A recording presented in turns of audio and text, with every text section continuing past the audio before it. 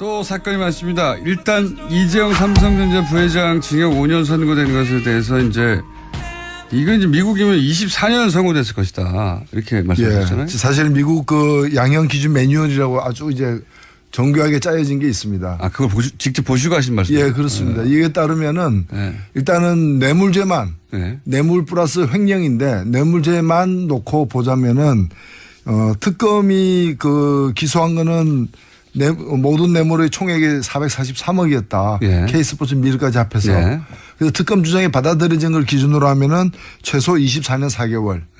이고요. 최소? 예, 최소. 왜냐하면 이 경우에도 이제 양형에 따라서 최장 30년 5개월까지 받을 수 있습니다. 근데 특검 주장 중에서 이제 K스포츠 미르는 안 받아들여지고 승마 부분만 이렇게 77억만 인정됐잖아요. 재판부의 주장에 따르더라도 미국 같은 경우는 이게 최소 15년 그리고 최장 19년. 최소가 15년이라는 거예요. 예. 근데 이게 다 그 횡령을 빼고 뇌물만 가지고 따진 거고요. 횡령까지 보태게 되면 여기서 더 늘어나겠죠. 뭐 9개월로 재산을 도피하는 것도 빠진 거군요. 그렇습니다. 예, 그것도 빠진 거죠. 그러니까 뭐 20몇 년 최소 20몇 년 선고되었을 것이다. 그러니까 어찌 보면 이거는 뭐 판사 재량보다도 한국의 법률 자체가 이런 범죄들에 대해서 이런 반사회적 범죄들에 대해서 관대하게 지금 법이 되어 있기 때문에 그렇습니다. 그러니까 이 재벌들에게 한국 사회가 좋은 사회죠. 한국의 법이 대표님에게는 굉장히 가혹했던 것은 제가 기억하고 있습니다. 법도 가혹했고 그다음에 이제 법을 또 잘못 제가 볼 때는 아마 그것도 청와대에서 이게 논의를 하지 않았나. 그렇겠죠. 국회의원직을 상실하셨잖아요. 그러니까 그게 아마 그런 이제 청와대 비서실 회의 같은 데서 그래서 저는 그거 한번 좀 들여다보고 싶어요. 이번에 청와대에서 발견된 그 파일. 본인 그 시기가 제가 대법원에서 판결 받던 그 시기에 해당되더라고.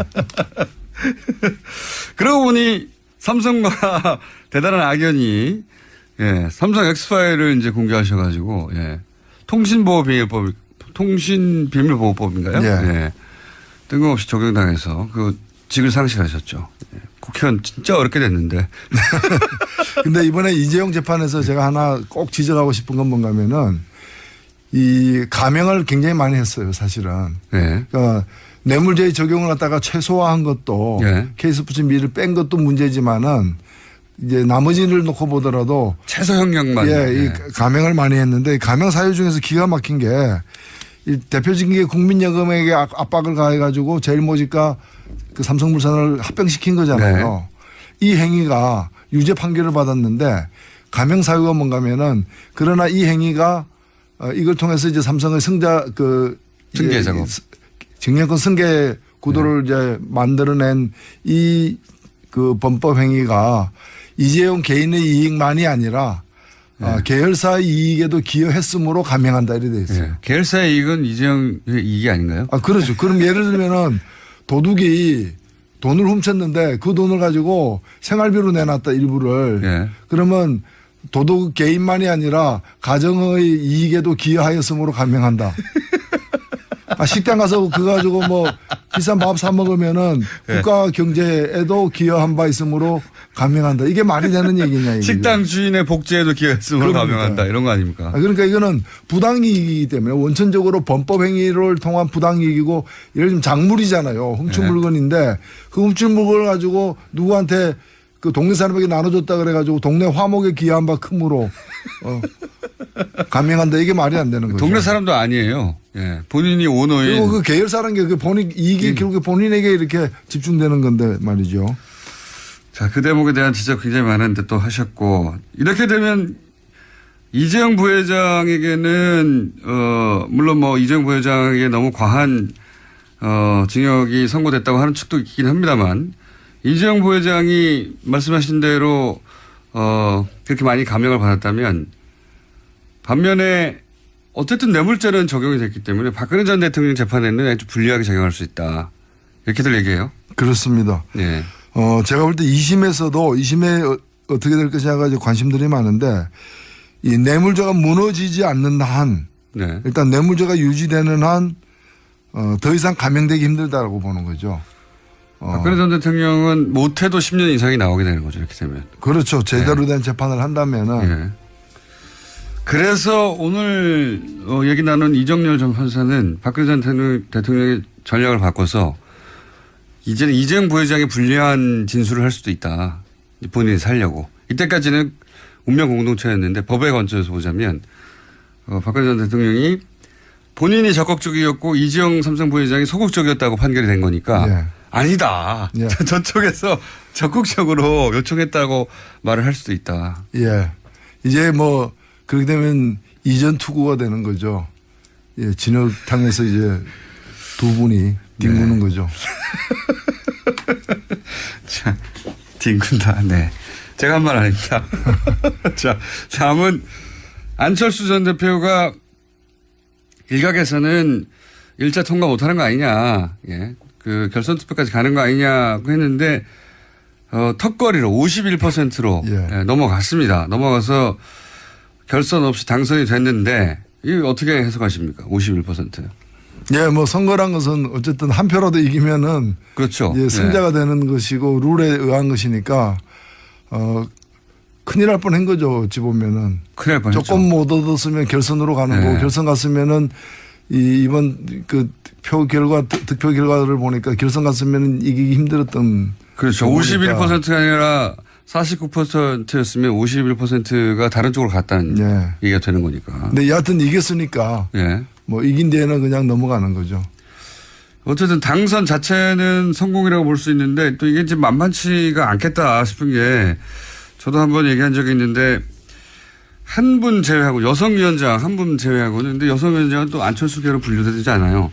안철수계로 분류되는 최고위원들은 다 원외 국회의원이 돼본 적이 없고 보통 국회의원들 이런 분들을 국회의원 지방생이라고 막 이렇게 낮춰 부르는데 국회를 경험한 적 없고 그리고 이제 지도부가 됐는데 아무도 본회의장에 못 들어가고 법안도 제출할 수 없고 표결에도 참석할 수 없고 이러면 나머지 40여 명에 이르는 국회의원들이 이 지도부의 판단을 존중할 것인가 경험상 어떠십니까? 예, 이게 좀 불안정 요소가 아무래도 있죠. 있는데 이 당이 처음 만들어지는 어떤 동기, 네. 배경 자체가 그 안철수 대표의 어떤 대권 도전을 위해서 만들어진 거 아닙니까? 본질은. 네. 그렇기 때문에 이 당의 어떤 정체성 자체가 그 안 대통령 만들기였기 때문에 아무래도 안철수 대표 중심으로 하는 쪽과 또 여기에 소극적이나 반대하는 쪽으로 분리될 수밖에 없는 거죠. 그래서 지도부와 현역 의원들이 분리된 셈이 됐어요. 지금은. 사실은 그 지도부도 이제 안철수 1, 안철수 2, 안철수 3 이렇게 되는 거기 때문에 네. 다 이제 여러 세력들이 연합으로서의 한 또 주류를 형성하고 있는 게 아니고 네. 그냥 안철수로 대표되는 이제 구심력 있는 그런 세력이라고 봐야죠. 최고위원들은 이렇게 되면 사실 안철수 전 대표의 뜻에 누구도 거스를 생각도 없고 거스를 수도 없고 그러니까 안철수 최고위원들은 있지만 안철수 대표 혼자 있다고 봐야 되는 거죠. 그렇죠. 안철수 친정 체제고 네. 그 뭐 그렇죠. 안철수가 대표 아닙니까? 네. 전체를 또 대표하고 그런 여기 상황입니다. 서느냐 제가 이제 궁금한 것은 왜냐하면 제가 이제 국회의원들이 예. 본회의장에 못 들어오는 최고위원들이나 예. 본회의장에 못 들어오는 지도부에 대해서 무시하는 경우를 많이 봐왔거든요. 예, 그래서 안철수 대표가 일단은 지방선거, 예. 지방선거를 어떻게 돌파하느냐가 아마 관건일 것이고, 그 다음에는 이제 뭐 경우에 따라서는 그 보궐선거, 재보궐선거 같은 데 출마할 수도 있겠죠. 다시요? 본인이 직접? 그럴, 뭐 정치인이 그럴 가능성도 있죠. 정치인이니까. 그 지방선거가 이제 그 가장 큰 통과해야 될 지금 1차 목표이기 때문에 그래서 더 그렇겠지만 자유한국당과 국민의당과 바른정당이 이렇게 저렇게 합친다. 뭐 각자 백가정명이에요. 각자 아이디어들이. 그런 가운데 그 홍준표 대표하고 안철수 대표도 대표로 처음으로 만났죠. 후보 대 후보로 만나다가. 예. 굉장히 재밌는 장면이었는데. 논평하실 부분 없습니까? 이제 뭐 다 같이 야당이 된 거죠. 예. 야당이 됐기 때문에 한때는 경쟁 관계였지만 이제는 또 동병상련의 어떤 그런 뭐 관계도 있을 수 있는 근데 거죠. 워낙 토론의 자리에서 두 양반이 각을 크게 세웠고 뭐 서로 쳐다보지 않는다고 하고 뭐 왜 안 쳐다보냐고 하고 이렇게 계속 티격태격 했지 않습니까? 예. 근데 국회의원 일반 국민들 입장에서는 야 그렇게까지 하다가 또 화기애애하게 서로 끌어안으니까 아, 그리고 이분들은 일반 국민이 아니잖아요. 특수 국민이죠. 정치인인데 예, 얼마든지 이거는 상황에 따라서 이제 적응을 굉장히 빠르게 잘 하는 분들이니까요. 지금은 뭐 사안별로 연대해야 될 어떤 그런 보수 야당의 예. 어떤 그런 대표자들이죠. 이렇게 되니까 그러니까 지금 아까 이제 명예 서겠느냐 하는 질문도 드렸지만 지도부가 원내에 없다. 그래서 의원 회의할 때도 지도부 아무도 못 참석하고 뭐 이런 명예 서겠냐고 하는 가운데 실제 또 호남 지역 의원들이 안철수 대표의 첫 행보에 동참을 안 했어요. 예. 예, 그건 뭐 아마 필수 참석 어떤 직책 이게 그분들이 없어서 그랬을 걸로 보여지고. 근데 보통 이게 당대표 새로 선출되고 나면 이렇게 쫙 서가지고 가지 않습니까? 그분들이 쏙 다 빠졌다고. 아무래도 경선을 치렀기 때문에 또 그런 면도 있겠죠. 그런데 그 의원들 중에 비호남 수도권 지역 의원들은 또 안철수 대표 지지 세력으로 보통 분류되기 때문에 수도권이 없습니다. 근데 한두 분밖에. 비례 대표들이 있죠. 예. 예. 그래서 그런 분들은 원내에서 또 그 대표의 어떤 의향을 반영할 가능성도 있다고 보여집니다. 전망은 어떻게 하세요? 이렇게 돼서 이제 어쨌든 합종 연행하려고 여러 가지 구상들이 나오지 않습니까? 뭐 친문 친박 제외하고 다 모여라 하는 그런 시나리오 하고 맥이 통하는 시나리오도 나오고 안 된다. 바른정당 중심으로 국민의당과 붙어야 된다는 주장도 나오고 아니다. 자유한국당에서 일부 나오고 바른정당, 국민의당, 안철수계 합쳐서 또 새로운 당을 만들어야 된다는 나오고 막 다양하게 나와요. 예, 그만큼 이제 기반이 불안정하고 지형 자체도 이렇게 이제 불안정하다는 뜻인데 제가 볼 땐 그 사실 이 일이 처음이 아니지 않습니까? 예, 이런 시도 오랫동안 이번 대선 이전에도 뭐 헌법 개정이라거나 임기 단축이라거나 뭐 이런 여러 가지를 가지고서 예. 또는 이제 제3지대 제3지대라고 예, 불렀죠. 그 제3지대라는 그 사실 미명하에 그 뭐 이렇게 혼자서 뭐 되기 어려운 분들이 다 모이자. 혼자서 되기 근데 어려운 분들. 그 결론은 뭔가 하면 되는 일이 없다거든요. 예. 저는 이번에도 그 같은 결론이 나올 거로 보여져. 그 세 당이 합쳐지는 거는 그렇게 쉬운 거의 성사되기 힘든 일이 아닌가. 시나리오는 많지만 어려울 것이다. 예, 세 당이 온전히 합쳐지는 일은 없다고 저는 보고요. 당은 그대로 있고 후보만 뭐랄까요 서로 조율해서 내는 경우는 어떻습니까? 예를 들어서 자유한국당이 강한 후보를 가지고 있는데 당신은 그럼 서울에 나가시고 그러면 나머지 두 당은 서울에는 안 낼게 뭐 이런 식으로. 그게 굉장히 복잡한 게 사실은 이 수학을 해야 되는. 그런데 그 합의가 이루어지기가 그렇게 쉽지는 않을 거라고 저는 보여집니다. 다 어렵다고 보시는군요. 예. 해보신 경험에 의하면 과거에. 아니 그러면은 서울에 자유한국당 나가고 그럼 경기도는 이제 바른당 나가고 어차피 뭐, 지사가 있으니까 그런 식으로. 예, 그러면 부산에 그럼 국민의당 나간다는 얘기는 국민의당 입장에서는 아무것도 하지 말라는 얘기 같은 합의죠. 그래서 국민의당의 안철수 대표가 나가야 된다고 박지원 전 대표가 주장하는 것 같기도 하고요. 그렇게 서로 역할 분담을 하기 위해서. 예. 그게 가능하겠습니까? 그거는 거의 뭐 괌 포위사기 가는 게 아니라 괌 한복판에 핵폭탄 터뜨리는 것으로 받아들여질 텐데. 가능하기 어려울 것이다. 예, 이거 예전에 사실은 지금의 민주당이 야당 시절에 뭐 정의당이나 진보정당과 그 야당 후보 단일화 뭐 이런 노력 일환으로 많이 시도했다가 그렇게 성공적이지 않았던 과거가 있죠. 예, 뭐 그때하고 좀 경우의 차이는 있다고 보여지는데, 예를 들면 합당 같은 것도 잘 안 되지 않습니까? 그게 쉬운 일이 아니지 않습니까? 물론 지금 유일하게 가능성이 있는 것이 자유한국당과 바른정당의 어떤 특정한 어떤 뭐 박근혜 전 대통령 제거라거나 여러 가지 특정한 어떤 상황이 창출되게 될 때 그 중에 또 뭐 일부 내지 다수의 흔들리거나 하는 상황은 올 수 있으리라 보여지는데 그 이외에 이 세 당이 함께 움직이는 지형의 변화는 다들 이제 자기중심적으로 생각하고 네. 자기들이 다른 당은 나아지지 않겠지만 우리는 앞으로 남은 기간 동안 나아질 수 있다. 뭐 이런 생각들을 다들 하고 있는 상황이어서 나아질 가능성이 없다는 게 확인되는 시점까지는 별로 안 움직일 것 같고 그 움직이는 시점은 다음 총선 직전 정도가 되지 않을까 싶기 때문에 3년 정도 남았다. 예. 말하자면. 예. 남았기 때문에 그렇잖아요. 다시 도전해보고 싶은 생각들이 이제 다시 있는 거죠.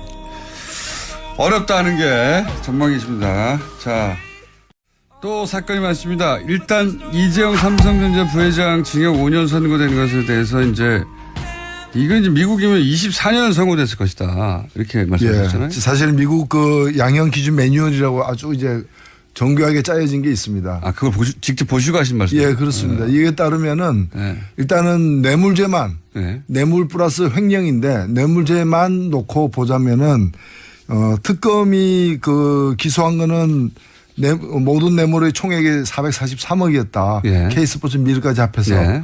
그래서 특검 주장이 받아들여진 걸 기준으로 하면은 최소 24년 4개월. 이고요. 최소? 예, 최소. 왜냐하면 이 경우에도 이제 양형에 따라서 최장 30년 5개월까지 받을 수 있습니다. 근데 특검 주장 중에서 이제 K스포츠 미르는 안 빠지고. 받아들여지고 예. 승마 부분만 이렇게 77억만 인정됐잖아요. 네. 재판부의 주장. 에 따르더라도 미국 같은 경우는 이게 최소 15년 그리고 최장 19년. 최소가 15년이라는 예. 거예요. 근데 이게 다 횡령을 빼고 뇌물만 가지고 따진 거고요. 횡령까지 보태게 되면 여기서 더 늘어나겠죠. 식당 가서 그거 가지고 뭐 비싼 밥 사 먹으면은 국가 경제에도 기여한 바 있으므로 감형한다. 이게 말이 되는 얘기냐 이게. 식당 주인의 복지에도 기여했으므로 감형한다. 이런 거 아닙니까? 그러니까 이거는 부당이익이기 때문에 원천적으로 범법 행위를 통한 부당이익이고 예를 들면 작물이잖아요. 훔친 물건인데 그 훔친 물건을 가지고 누구한테 그 동네 사람에게 나눠줬다 그래가지고 동네 화목에 기여한 바 크므로 감형한다. 이게 말이 안 되는 거죠. 동네 사람도 아니에요. 예. 본인이 오너인. 그리고 그 계열사라는 게 그 본인 이익이 결국에 본인에게 이렇게 집중되는 건데 말이죠.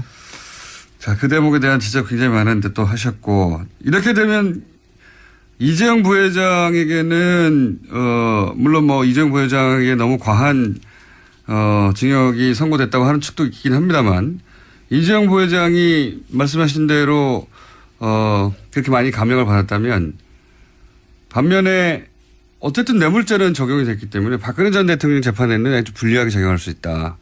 이렇게들 얘기해요. 그렇습니다. 예. 제가 볼 때 2심에 어떻게 될 것이냐가 관심들이 많은데 이 뇌물죄가 무너지지 않는 한 일단 뇌물죄가 유지되는 한 더 이상 감형되기 힘들다라고 보는 거죠.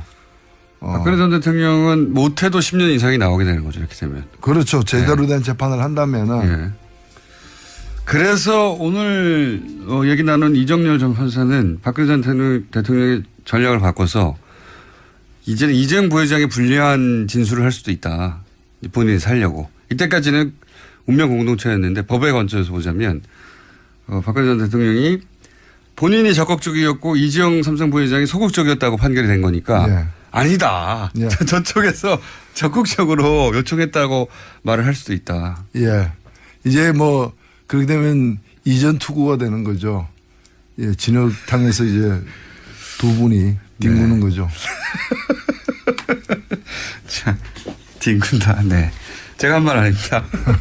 자, 다음은 안철수 전 대표가 일각에서는 1차 통과 못하는 거 아니냐. 예. 그 결선 투표까지 가는 거 아니냐고 했는데 턱걸이로 51%로 넘어갔습니다. 넘어가서 결선 없이 당선이 됐는데 이거 어떻게 해석하십니까? 51%. 국민보호법인가요? 네. 뜬금없이 적용당해서 그 직을 상실하셨죠. 국회의원 진짜 어렵게 됐는데. 근데 이번에 이재용 재판에서 제가 하나 꼭 지적하고 싶은 건 뭔가 하면은 이 감형을 굉장히 많이 했어요, 사실은. 그러니까 뇌물죄 적용을 갖다가 최소화한 것도 K스포츠 미를 뺀 것도 문제지만은 이제 나머지를 놓고 보더라도 최소 형량만 이 감형을 많이 했는데 감형 사유 중에서 기가 막힌 게 이 대표적인 게 국민연금에게 압박을 가해가지고 제일모직과 그 삼성물산을 합병시킨 거잖아요. 이 행위가 유죄 판결을 받았는데 가명 사유가 뭔가면은 그러나 이 행위가 이걸 통해서 이제 삼성의 승계 작업, 증여권 승계 구도를 이제 만들어낸 이 그 범법 행위가 이재용 개인의 이익만이 아니라 계열사의 이익에도 기여했으므로 감행한다 이렇게 돼 있어요. 계열사의 이익은 이재용 이익이 아닌가요? 그렇죠. 그럼 예를 들면은 도둑이 돈을 훔쳤는데 그 돈을 가지고 생활비로 내놨다 일부를. 그러면 도둑 개인만이 아니라 가정의 이익에도 기여하였으므로 감행한다. 뭐 국외로 재산 도피하는 것도 빠진 거군요. 그렇습니다. 예, 그것도 빠진 거죠.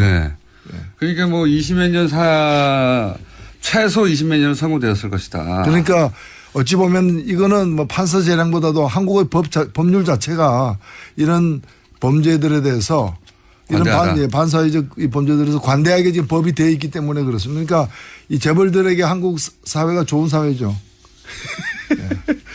한국의 법이 대표님에게는 굉장히 가혹했던 것은 제가 기억하고 있습니다. 법도 가혹했고 그다음에 이제 법을 또 잘못 제가 볼 때는 아마 그것도 청와대에서 이게 논의를 하지 않았나. 그렇겠죠. 국회의원직을 상실하셨잖아요.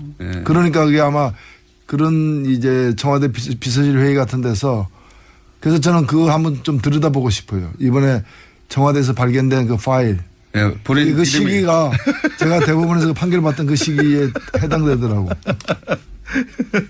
그러고 보니 삼성과 대단한 악연이 삼성 엑스파일을 이제 공개하셔가지고 통신보호비밀법